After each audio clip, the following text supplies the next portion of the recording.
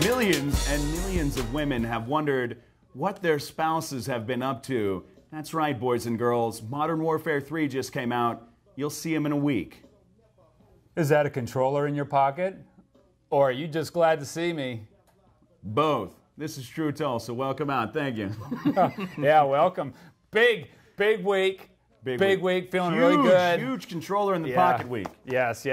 Well, and here's the thing. Sunday, having a Sunday show gives us the ability to predict what the trends are for the next week. Absolutely. And then to review one last time the things that happened over the week before. And more importantly, over the weekend. Yeah. I agree. Delightful weekends. So yes, we are going to. Now here's the thing. Brett has played Modern Warfare somewhere in the thousands and thousands of hours. Yeah, it is a little ridiculous. I pick up the game, and I've got off like 3 days of work, and so 2 of those days I didn't move my car. It was just great. Like, people were coming over to hang out with me and play with me on the game because I wasn't going anywhere. You know, I kind of.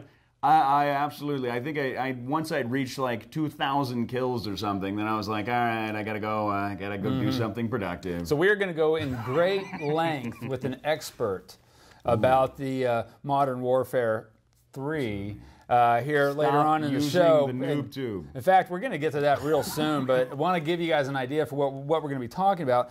Real briefly, we're going to talk about the vote results from last week. Absolutely. Yeah.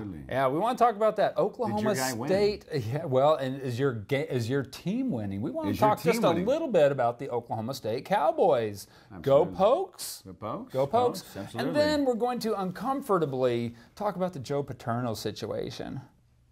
Yeah. Uncomfortable. I think it's a good word. Yeah. Don't stand too close to me. Don't stand. Yeah, and then also more great news. The Bank of Kaiser, George Kaiser Family Foundation, has donated $22 million to the city. We want to talk about that. Want to talk about what's going on with the Occupy movement. Want to talk about these earthquakes being a sign from God. Absolutely. Ground shaking sign from God. That the end times are near. And then next, we want to talk about a post that Brett made to the Tru Tulsa Facebook page. Absolutely. I guess if got you a guys little are bit unaware, Sam Jackson, Guinness World Record holder. We're going to talk about that. Yeah. And you'll never hear like the Budweiser World Record holder. No. What would that be? Would that be like the guy who's like in 10th for a particular category, Yeah.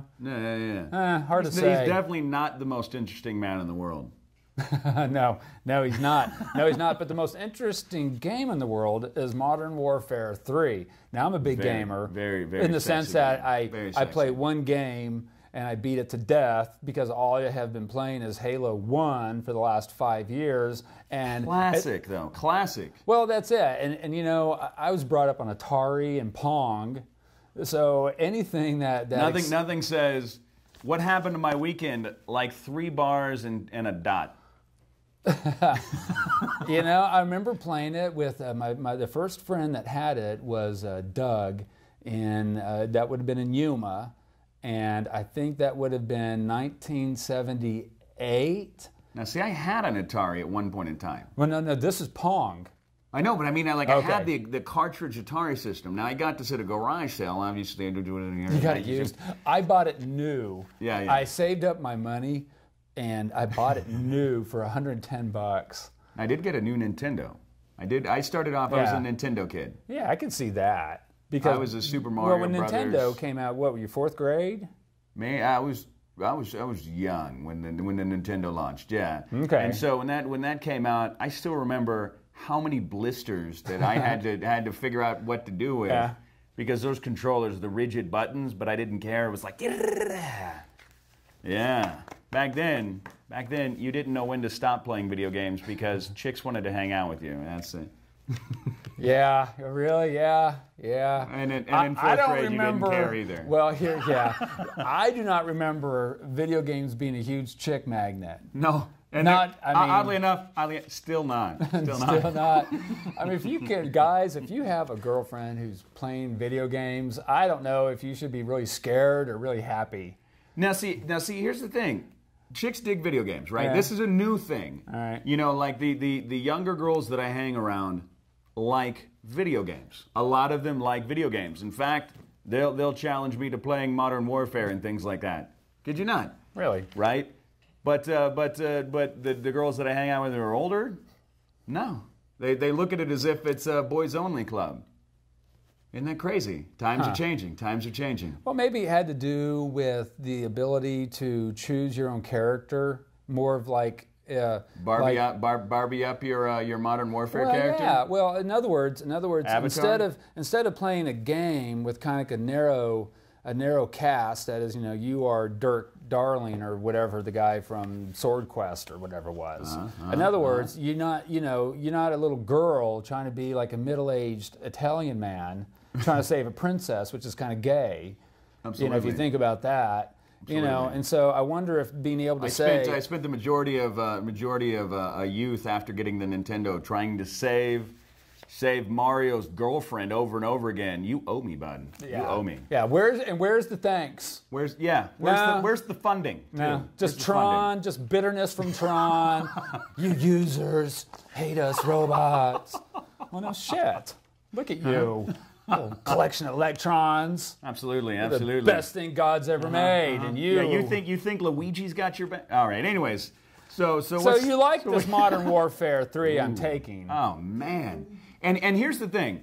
I went up to I was purchasing the Modern Warfare 3. I had some girls that went up to do Modern Warfare 3. Took them up because I was hanging out, and then the game launched at midnight, and so I just took the people I was hanging out with. We went up there, and they're standing in line with me, and they're like, "Really? There's a crud load of line. I mean, the line's like down the block to go pick up your copy of Modern Warfare 3 from the GameStop." And I'm like, yeah, you may not really. This is the game. This is if you're a grown man, and you don't like Modern Warfare 3, but you're a video game player, there's something wrong. Now, how long has it been since like the sequel 2? Right. So you had Modern Warfare 2, then you had then there was the Black Ops. Okay. And everybody loves the zombies, right? You can go cap a whole bunch of zombies. Oh, yeah. Okay, but how long has it been since? Like a year and a half, 2 years or something. Really? Well, because you had that weird sequel in the middle, and so it was kind of like it's like a year in between each. Okay, almost. so the sequel, the zombie thing, came out in the interim. So they're on about a year cycle then. Yeah. Something like 9 months to a year, okay. And so they're really investing some money in this thing.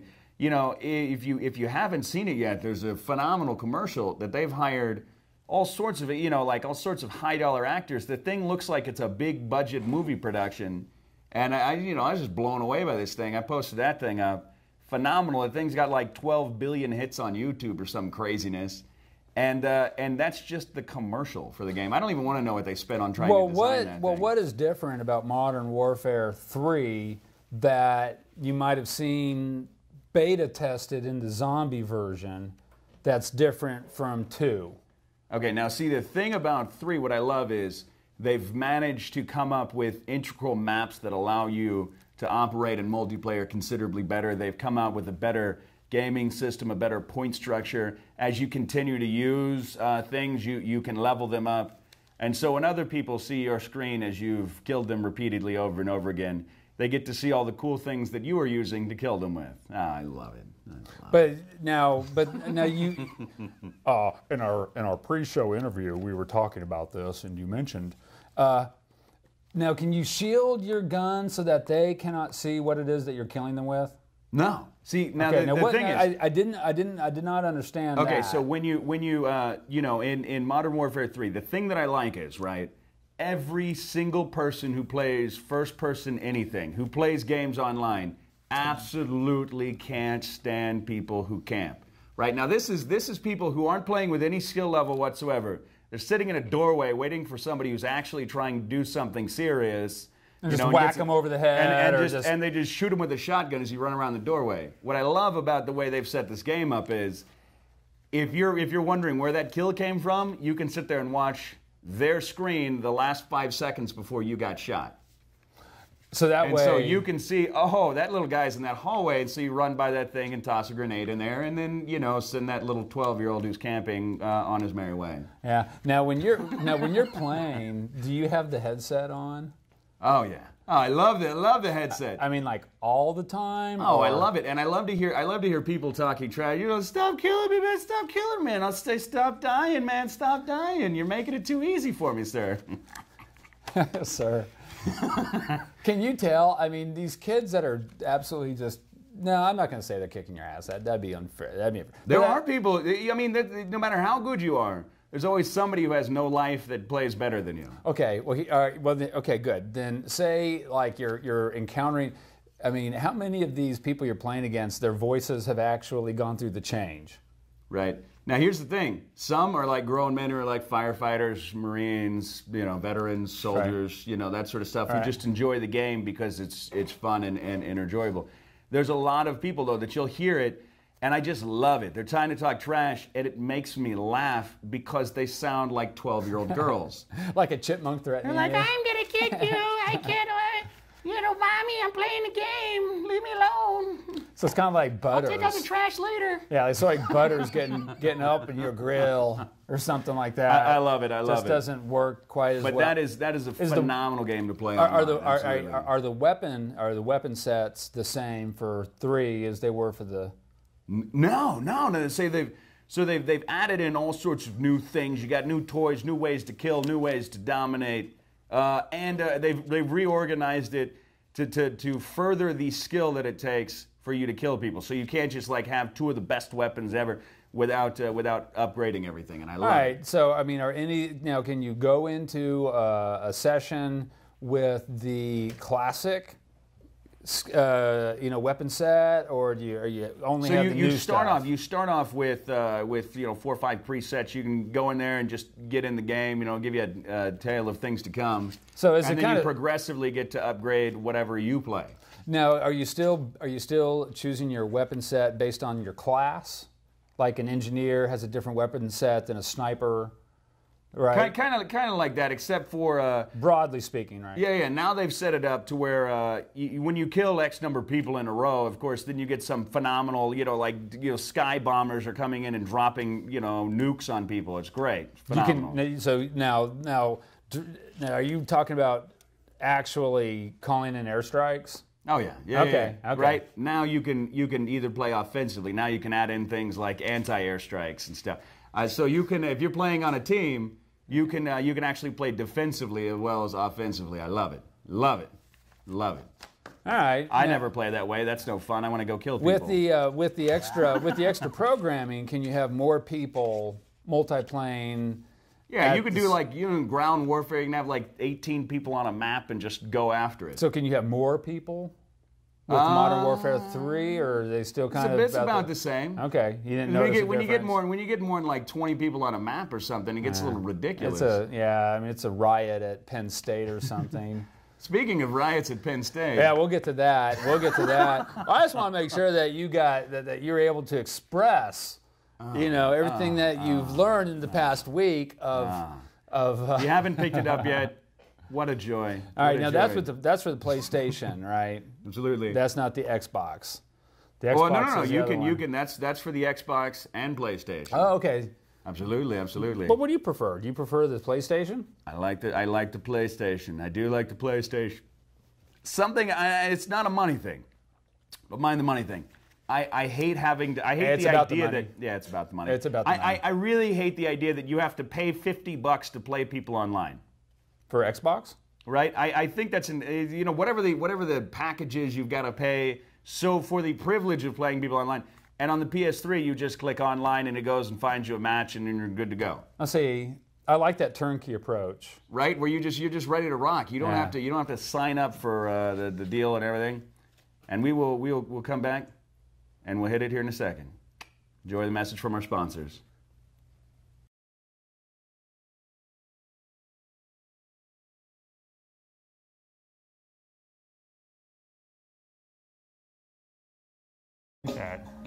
Got a nice smooth. This is good. And we're back. We're back. We are back. I hope you enjoyed that break. Hope you Buy everything they're selling. Thanks, everything. sponsors. Yeah, again, the Palacio. When are we going to have a party at the Palacio? We need to. We need to get it going. Absolutely, and we start doing some remote work. Oh, so look forward to stay tuned to that. Still nailing some of that down to the wall there. That'll be fun. Yeah, if you're ever out partying, see, I don't party because I'm a geezer and have a little 4-year-old. So my idea, you're phenomenal dad. Well, yeah, but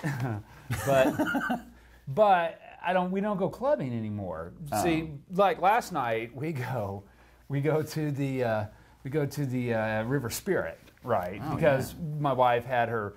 If you're a Players Club member there, you get a free buffet. Yes. Right, unless you're me. And then you don't get that offer. Somehow she's gotten it like 2 or 3 years in a row. So we go there. Is this on the birthday? Well, it's the birthday month. Kind of like the half birthday thing. Yeah, now, see, I get these things and I just sit there and go, maybe. The Players Club, really? Yeah. That buffet at the River Spirit.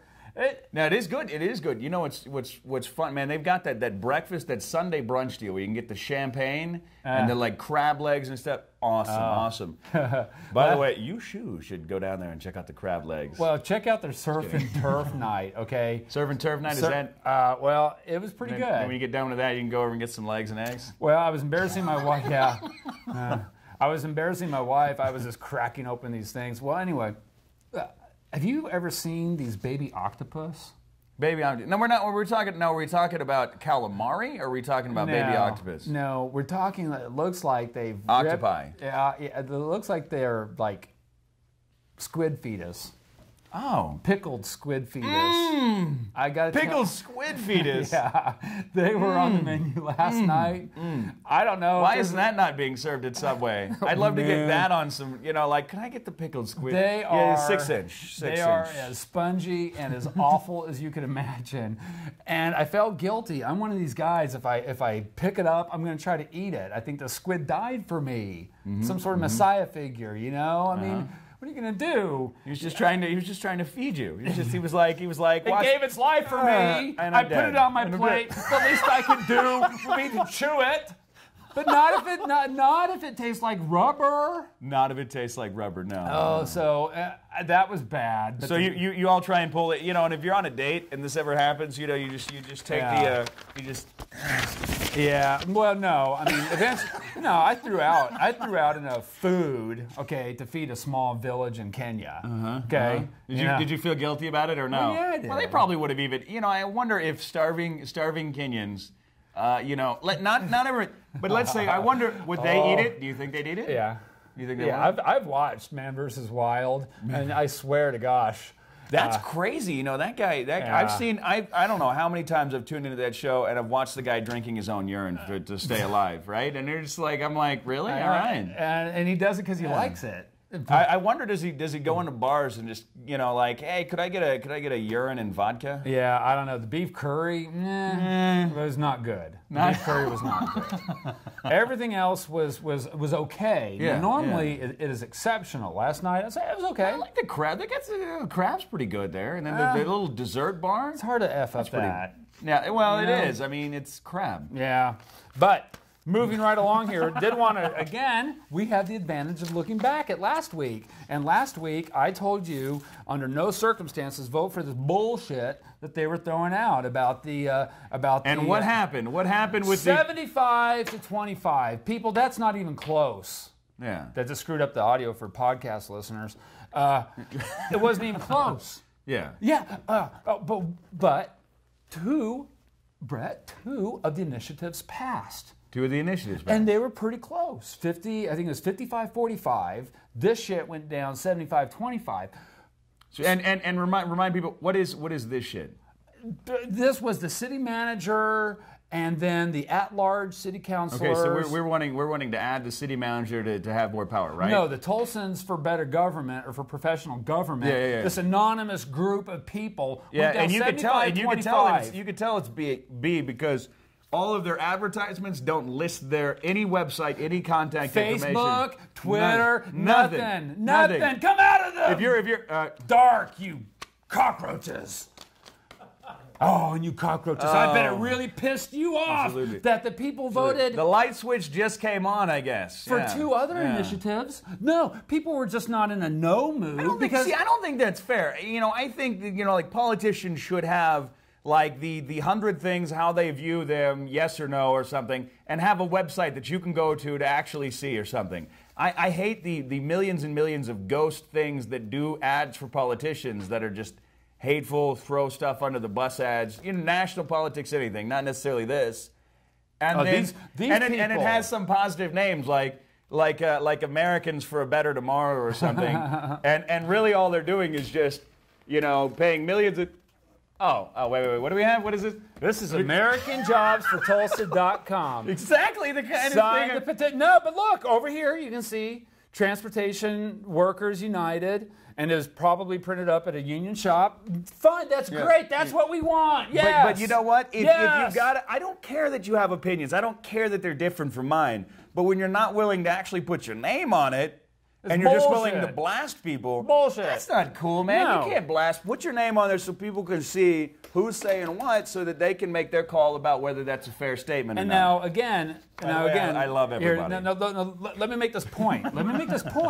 This is important. 2 of the 4 passed. So again, people were not just in a no mood. Okay? No. So if these cockroaches come back, those cockroaches, they say, "I'll take my government." If these cockroaches, if they come back and they say, "Well, you know what? The voters were just in a nasty mood. They were all voting no." No, because 2 of the initiatives, the nonpartisan election and then the rotating city council mayor deal, so that way we're having a frickin' election every 2 years, which is kind of what they want. But point is, though, voters were not... That's not necessarily a bad thing, I don't think. No, voters were not the just... The only downer is people are constantly running for election and not actually doing anything. Yeah, and it gives consultants, dirtbags that design crap like this, it gives them more work. Absolutely. And it makes it easier for them to work. So maybe we'll get a better product. I don't know. But voters were not just in a no mood. They were in a no to your bullcrap mood. Yeah. Wait, your bullcrap mood. You didn't see your bullcrap. They just weren't into it. So there. Let's cross that off. Bullcrap, no. Yes. Vote results. Yeah, now, that's off. All right. Now, nothing is more embarrassing and nothing provokes more anxiety than speaking in public. Absolutely. But and again, Barack Obama is a brilliant public speaker. He is. I mean, like, he was, before Barack Obama was president, right? He was on the cover of a speech class that I took, the book, and it was like used 37 times or something. He's on the cover of it for when he was running for Senate. Right. Rick Perry... Is not. Well, but here, it's important to know, Rick Perry has never lost an election, so this guy thinks he's some sort of god. He's playing he's working as hard as he can to play the card that he's a normal guy. He's not a standard politician, because those slick talking politicians, they're gonna tell you 3 different things. Now you saw the video. They're gonna tell you lies. Okay. They're gonna tell you big lies. They're gonna tell you lies. Lies. They're gonna tell you what you want to hear, and then they're gonna well, hold on. Wait, they're gonna lies. Lies. Okay, lies is 1. They're going to tell you lies. And 2, they're going to tell you what you want to hear. What you want to hear. And the third thing they're going to tell you. Okay, and the third thing is whoops. Okay, so they're going to tell you lies, right? Lies. They're going to tell you what you want to hear. What you want to hear. And then the third thing. Maybe something about the EPA. Yeah. Something about the EPA. You know what? Right there. If you are a Republican primary voter, and that right there hasn't told you everything you need to know about Mr. Bilderberg, Mr. Forced Inoculation, no, I get it. Mr. Wide Open Borders, Mr. Hates the GOP base. Yeah. He thinks it's mean-spirited if you don't want. But he sounds like George W. Bush. So all the people who I don't know what 20% of people who liked George Bush when he left office, they're all going, yay, our president's finally come back. And then they're going, wait, hold on. He kind of just looks like him, and then everybody's realizing that he may not be who he is. Well, he looks like James Brolin doing George Bush. He does. He does. He literally, when I saw him, the second I first saw this guy, they were talking about him potentially running. I said, oh my, holy cow, that's George Bush. No, why? Isn't it? He's got to be like a 4th cousin. Yeah. Well, they're from Texas. Oh yeah. Hey. There's lots of skiers that come from Texas. Did your family come from Texas? Yes. Now I was born in Texas. I was born in West Texas. I grew up in the outskirts in the desert. Right. Like if you had grass out there, you were just filthy loaded. Everybody had rocks and dirt. Yeah, normally when we had tumbleweeds blowing through parking lots. Okay. But anyways, so it was awesome. Okay, so again, we're not hating on you Texans. No. I'm from Texas. I love the Texas. I love lots of things about Texas. But yes, we will make comments just because they're funny. Anyways, what has Herman Cain done this last week that's just ridiculous? Well, I got it. Now, see, Herman Cain had right? See, I love this. Yeah. The man has been accused by 4 different people now of doing things that are sexually oriented comments. They've settled cases where this man, for millions of dollars of hush money, for the things that he's done, and everybody's funding his campaign. They say, oh, that evil media is pointing out things like facts about the fact that he, for not denying it, got accused of it. And then when he's giving a political debate, the man has the gall, that's right, boys and girls, the gall, to call the highest-ranking female member that has ever had power in the United States, the former Speaker of the House, to call her princess. I know, he should have just called her a filthy cunt. Well, I mean, shit. But my point is, when she went for the minimum wage bill, right? There was one exemption. There was one place. What was the exemption? Throw it back out there. Guam, where her husband has, because they work for Sunkist or whatever. What's that? That guy. No, American Samoa. That's right. Samoa was going to be exempted from that. That's right. If you're in Samoa listening to us now. That's what Congress. And see, I don't particularly blast her specifically. I think that's a Congress and Senate thing. I think if you are a congressman or a senator, the only power that you truly have outside of because Congress and Senate, the House of Representatives and the other, they have power. The building has power, the group, right? But individually, the only power that you have is the ability to reward your friends and punish your enemies through tax code, through loopholes, through breaks. Right. And so this is the reason people fund their campaigns. So she rewarded her. Well, no, it wasn't her husband's company. No. Yeah. So I don't necessarily put her on blast for that, but it is something to know. No, I'm remembering it. If you disagree with it, don't vote for her. Well, yeah. Well, okay, but point is, though, she's the speaker, right? No, it was Sunkist. Former. Starkist. Speaker, yeah. No, Starkist is headquartered out of her congressional district. Yes. Okay, that's what it was. No, her husband, I'm sure he's just a swell guy. I'm sure he's a swell. Yeah. So and again, I mean, Herman Cain. Sunkist is good, vodka Sunkist. Yeah. The point is, though, Herman Cain shouldn't be issuing misogynist remarks. No. I think if I were a serious candidate running for office, and I was on blast for something like misogynistic comments, I think I would try to remember that at least half the United States is women. Right? And I would think that if I were a politician who's going to be running on a national level for something like president, I would take heed of the fact that they might find that insulting that you've been accused multiple times for doing that, and then want to call the highest ranking member that's ever hold office third in line for the White House in the event of an accident. Right. Refer to her as princess. That's a little demeaning. Yeah, but don't you think some of these conservative chicks really want a black guy? Maybe. I know that there are some people who but there's some people who like the fact that he speaks exactly what he thinks. He never said he didn't do it. He just said that. Well, I guess what I'm saying is, I guess what I'm saying is that some of these white hot GOP mamas might be kind of excited at the idea. Getting the vapors. Kind of maybe getting to meet him. You know what I mean? There's a fundraiser. It's late. Well, you know what? She's had a lot to drink. Perhaps a little bit too much pizza. She sees him walking down the hall. Maybe Godfather's pizza. Yeah. Turns the ladies on. She sees him walking down the hall. Mustache. She just imagines. She just imagines maybe they'll just come on, and then he just says something like, I understand you want to keep your job, but how about hearing about a stimulus package? Whoa! I think I've heard that before. Okay. I don't know. All right, listen. What we want to do is send you to our sponsors so that they can tell you some great stuff. They can wheel, deal, and sell you all of the things that you need to buy to help support the show. Thank you very much.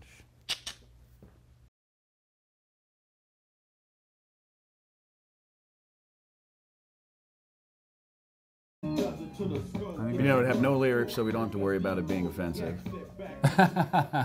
Yeah, because after my remark about Nancy Pelosi, what would possibly be? Now here's the funny thing. You may not be aware of this, but this is true. This is a true story. True story.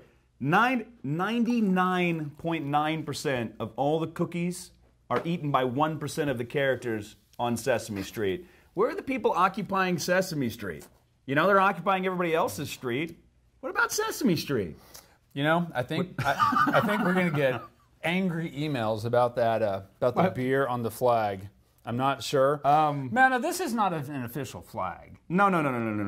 But about that Cookie Monster, it's true. It's time to occupy. Yeah, I mean, seriously, where are the people going after the Cookie Monster? The Cookie Monster. Stealing all of your cookies. What if you wanted cookies? This is Brett's way. This is Brett's way of saying happy 42nd birthday, Sesame Street. Sesame Street, absolutely. Did you know that? It's 42nd. It's awesome. It's this awesome. Last week. Now, see, here's the thing. I grew up watching the Sesame Street. I did too. Right? And I think that so much of the programming now has just come from this requirement that there is X number of programming that's kid friendly. So as opposed to actually coming up with quality stuff, they either run the same show straight through over and over again, or it comes up with a whole bunch of dancing vegetables or some garbage like that. I like now VeggieTales.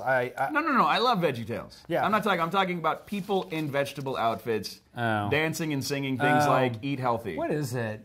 It's garbage. It's garbage. I'm looking at this thing. I'm like, I grew up watching, like, I don't know, Teenage Mutant Ninja Turtles, you know, like fun shows like that. And I'm a guy, so of course I didn't watch the Rainbow Bright and stuff. But there was really cool cartoons when I was a kid.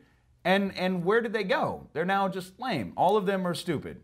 I don't know. I have DVR, and so all I DVR.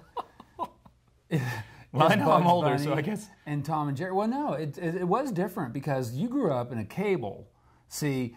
BC, before cable, I mean, the only time you had anything related to kids was Saturday morning.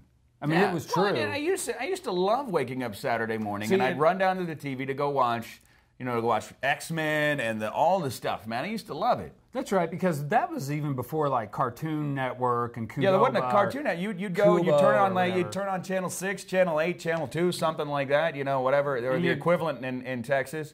And you'd turn, the NBC, CBS, ABC, and you'd flip it on, and it was nothing but cartoons. Yeah. How much Samuel L. Jackson did you watch as a boy, Brett? Oh, man. I love me some Samuel L. Jackson. Yeah, seriously.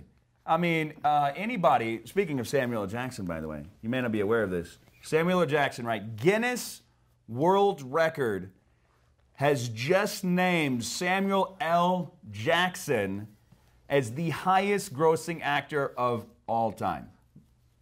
Highest grossing actor of all time. And when I got to thinking about it, he's been in like everything. He was in Star Wars. Yeah. He was Mayor Win. He was in Pulp Fiction. Check. Right? Snakes on a Plane. Has he done Disney yet? I think he's probably done Disney. He's probably even done Sesame Street. Come to think of it, I bet you he's done Sesame Street. Yeah. He's done I don't think he's turned down anything. He's easy. He's worked with every big. Easy. He calls up, and I remember hearing this. I wanted to see the Star Wars, right? And I remember hearing that he calls up George Lucas. He says, George Lucas, he says, hey, I want to be in Star Wars. I want to be in the show. I'll be a stormtrooper, whatever. Just I just want to see myself for 10 seconds. You don't have to pay me anything. You don't have to write me any lines. And he gets a call back from his agent and says, hey, we're going to put you in. We're going to pay you. We're going to make you a key part. We're going to make you a Master Windu. Yeah, and I thought that was a big mistake. And now here's the thing. I thought that was the first Star Wars character ever to have the purple lightsaber. It's so gay. You got it. It's royalty, man. Spent. Well, yeah, but I think that was a case of miscasting. What's your though. favorite Samuel L. Jackson line? Oh, it would be something from Pulp Fiction. That's the one I kind of most associate him with. Yeah, and that's you're like unfair. you know, if you don't like scary, if you don't like the answers I'm guessing or I'm giving you, then no. My favorite Pulp Fiction one is the guy comes in, he's robbing the place. He looks over at the guy and he says, you know what? He pulls the gun out on the guy and he's like, I want my wallet back. And he's like, which one's your wallet? And he says, it's the one that says badass motherfucker on it. I think this is bad. And the bad motherfucker, something like it's it, right? Bad motherfucker. Right? And the guy's like, okay, don't kill me, man, don't kill me. And he pulls the wallet out and it says, badass motherfucker on it, right? Yeah. Love it. Well, that's it. Love I mean, it's classic. like I think I absolutely. I think I got horny at that moment. Maybe. I mean, I loved it so much. It was phenomenal. Oh, that's was a beautiful. visual I didn't need. A visual I didn't need. Well, it's like Angela Lansbury in Beauty and the Beast. I just couldn't get over that Angela Lansbury was the teapot. How effed up is it that I remember that 2 decades later, right? Absolutely. But you know, I mean, so I think Samuel L. Jackson being it's not that a black guy couldn't be a Jedi. That No. It has nothing to. No, I love no, that. I love that story. You know, the snakes on my favorite line. Okay. Right.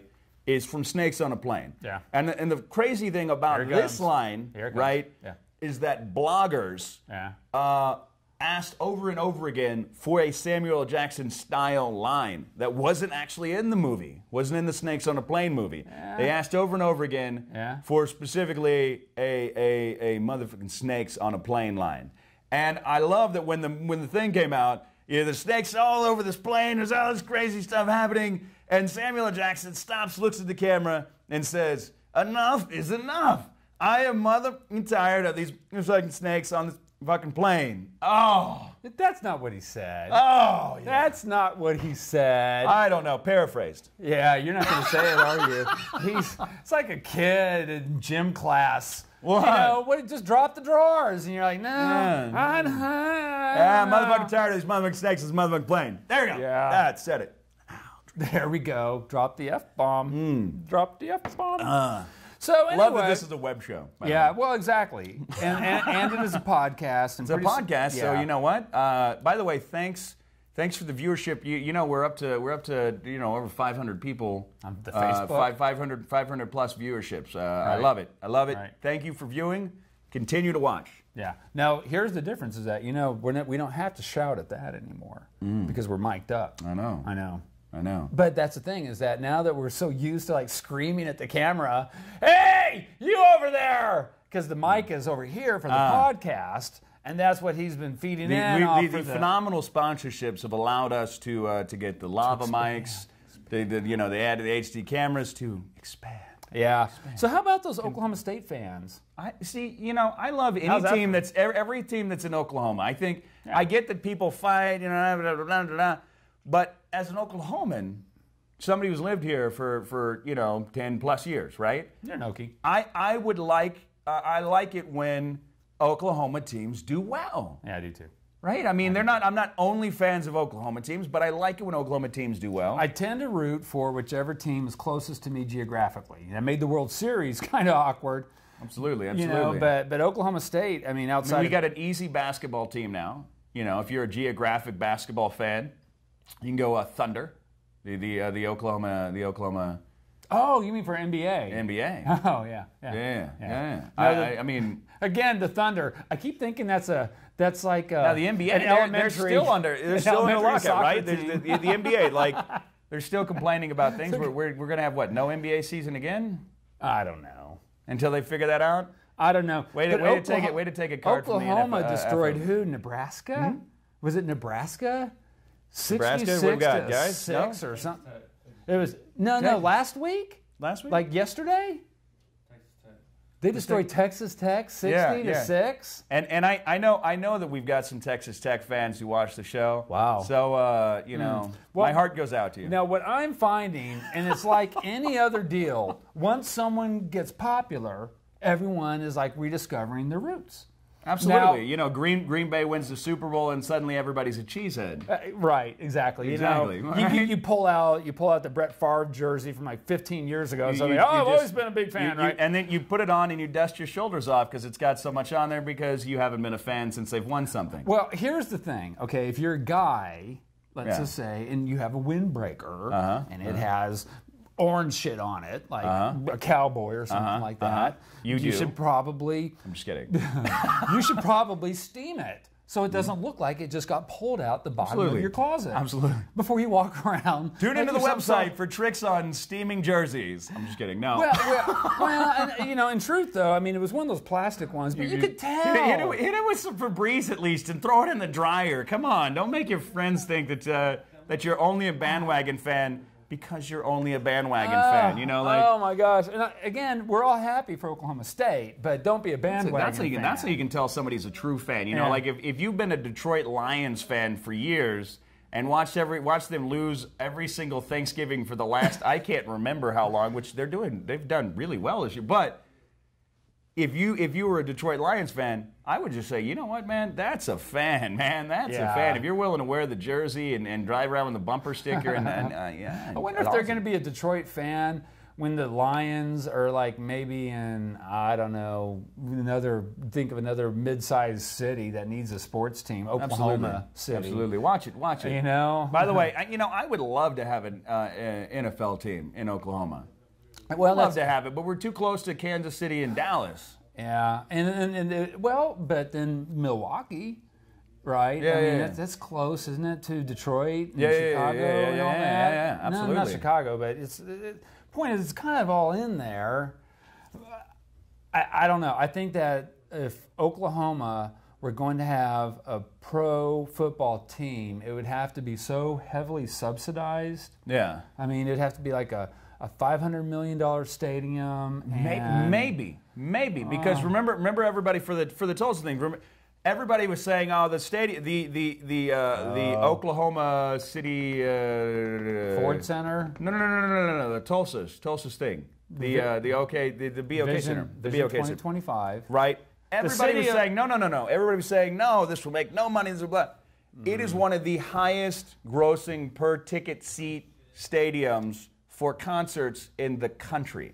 That thing sells out. Now, it's not the biggest, and it doesn't have the biggest concerts always, so it's not the highest grossing by far, but the amount of tickets, that thing is done so phenomenally well. I mean, I saw Dave Matthews there. I mean, Britney Spears has come like 20 times. Gaga's been there like, I don't know, 300 times or something. What?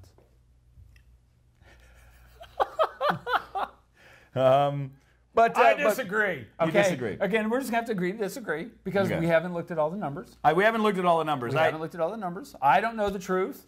No. I mean, I've heard that it's done very, very well from people who've looked at the numbers. It's growing on me, but that's the whole problem with Tulsa. The acoustics are not phenomenal in there, so if you get cruddy seats and you're up in the nosebleeds, you can't hear anything. It all sounds like noise. One thing that Bill of Fortune did, and by the way, our thoughts and prayers are with you as you've lost your mother, apparently. Yesterday she died. That's no problem. No. But one thing he did, though, was he made sure that the seats, there was a big controversy. Was it going to be 18,000 or 16,000 seats? And something, I remember there was something about this. And so the Fortune actually, the one thing he did for leadership for this godforsaken town is he made sure that we had the wider seats. Oh. Yeah, because, and again, as we mentioned last week, Oklahomans are the most rapidly fattening. Absolutely. States. And so they wanted it to make sure that you would be comfortable enjoying your programming for years to come. Corn-fed, those corn-fed Tulsans. Okay, now that's not a bad segue, actually. So George Kaiser, who owns the Bank of Oklahoma, or his foundation does, he's 60% shareholder in that, and he owns fairly affluent individual around town. And so no doubt about that. Absolutely. The crap keeps on coming down, and it's like George Kaiser denies lobbying White House for Solyndra, Tulsa World. Who's heard that story before? Kaiser tells panel staff he did not lobby for Solyndra, and all the emails, though, which I guess we haven't really seen because the White House isn't going to release them. No. They've already. And to be honest with you, if I were in that White House and I were making decisions on that, you wouldn't see a single email ever. Well, I think that would be. I mean, if I was a politician, I don't think I would want anybody's. I wouldn't want any of my fundraising emails or any of that type of stuff because it probably all sounds bad.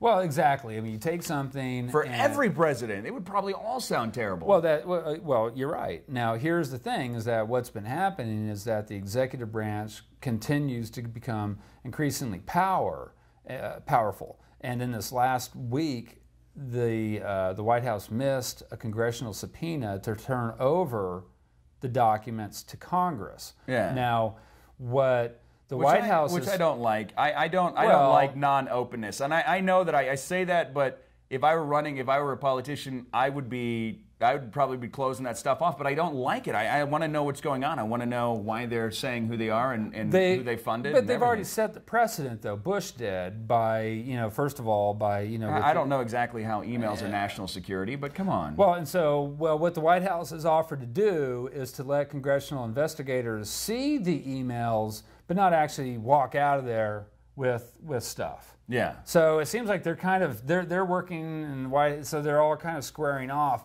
But anyway, oh hey, look at that! Look at that! What do we have here? The George Kaiser Family Foundation pledges $22 million to CAP of Tulsa. Isn't it the Citizen Community Assistance Program of Tulsa? Yeah. Which that's now here's the thing. That's the same guy that got money from Solyndra. The same guy when Barack Obama came to town. So the heat's on over here. Yeah, exactly. Moment, right? The heat's on over here, and he gives the money over here. And I'm saying, well, God bless you, George Kaiser. Thanks. Now see, here's the thing. Now I'm going to pose a viewership question, right? Okay. You can jump on Facebook and answer this if you'd like. But now hear me out. Let's assume you've done $1 million worth of bad as an individual or a company. If you donate to offset, if you donate $5 million to a charity that something in need, right? Right. If you donate, if you do $1 million in damage and you offset that by $5 million is that wrong? Is that bad? Well, I don't know. Are you then a horrible person? Well, that almost sounds that's what companies do. Well, no. I mean, go ahead. Now, if it was 50-50, right? You do $1 million of bad assumed, right? Okay. It's really hard to determine how much damage something bad has caused. So that'd be 50-50, right? Okay. But then you equally balance that with something good, say donations to charity or donations to needs and families and things like that of say $20 million. But no. Okay, so you offset it by exactly the same. Right. Are you a bad guy? Okay. All right, but what if it's like one to? What if it's 1 for 1? 1 for 1. So that's it. Are you a bad guy? Well, then it kind of comes down to that joke about the guy asks a girl if she'll sleep with him for $1 million. She says yes.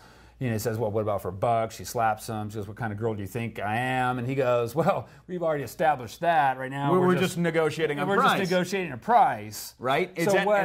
So how much does he going to have to give before we just say, oh, you're right. I mean, whatever. He was trying. He was trying. I think that's going to be their spin. I think that's going to be their spin. It's like, at least he was bringing the money back to Tulsa. Now, see, I'm not saying that I agree with it, but that methodology, that assumption right there, that is what drives most of our economics. Yeah. Well, next week we're probably going to have to get more into the Occupy movement.